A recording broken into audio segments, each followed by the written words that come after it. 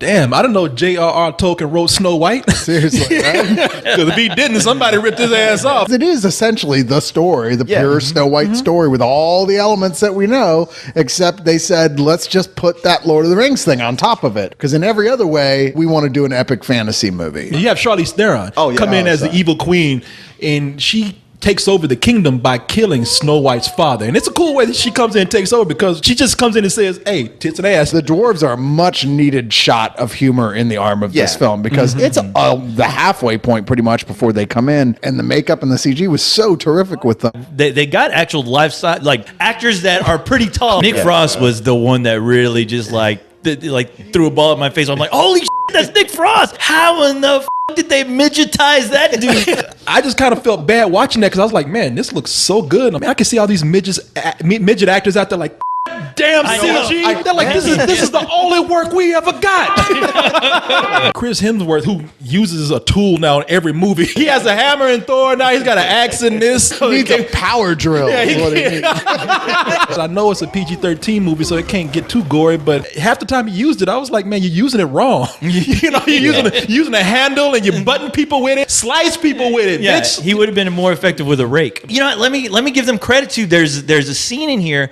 where they walk into this like enchanted forest. I forget what they called it. Dark forest? Sanctuary. No. Sanctuary. Yeah. The sanctuary scene in this movie. I love what they did with having the creatures, just the creatures without anuses or genitalia. Yeah. There's so many things that fell into place just right for me in this movie. The direction, the imagery in this, whoever the cinematography is, amazing. The people who came in and did a lot of the CG effects. The movie is taking itself so seriously that some of your more interesting characters, such as Snow White, she really has no personality. They took a very simple story and taking the joy out of it, trying too hard to make it a little more serious and dark.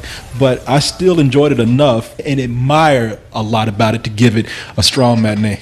A lot of the stuff that's bothering me in this is just stuff that's bothering me specifically because of the amount of times I've watched Lord of the Rings, which I probably shouldn't admit to. It just wasn't a great movie. There's nothing, the only things in here I thought that were truly original were stuff that the VFX department came up with. But the best I can give this movie is a low matinee. The things I liked about it outweighed the stuff that I didn't like. So I could just be completely in love with this movie if the pace was tightened up. So yeah, for me, it's like you, Corey, it's a strong matinee. All right. Yeah, I mean, good choice, brother. I mean, the thing is, they should have asked Mirror, Mirror on the Wall, who's the best editor of them all. Because honestly, that is the one flaw that when they were putting this movie together, they should have gotten a really strong editor.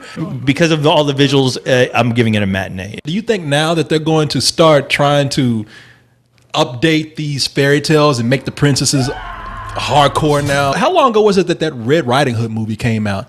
No, like a year. long You're ago. not really calling for them to remake that. That was no last need year, for dude. that. Now they see what they can do with Snow White. I would love to see them remake that. Little Red Riding Hood, starring Tammy Lane as Red. Grandma, what big eyes you have. The better to see you with, baby. Well, I bet you didn't see this Little Red Riding Hood, guest starring William T. Fatback as Piggy Kick-Ass. Trying to make it real.